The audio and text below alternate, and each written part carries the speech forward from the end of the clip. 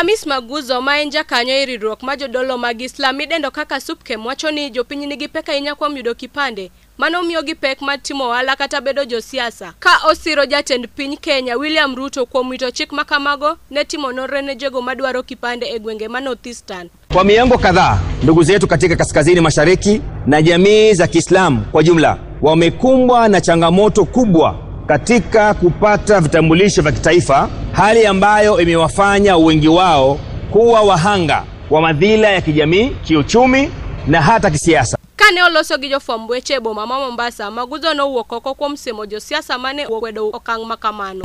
Hatua ya Rais Ruto kuondoa ubaguzi huu ni ya busara na inaendana na misingi ya kikatiba ya Kenya inayosisitiza usawa kwa Wakenya wote. Kwa hivyo tunapinga kwa nguvu kama viongozi wa dini wa Baraza la Kiislamu hapa Mombasa kauli zisizo za haki zinazotolewa na baadhi ya viongozi wanaopinga uamuzi wa Mheshimiwa Rais.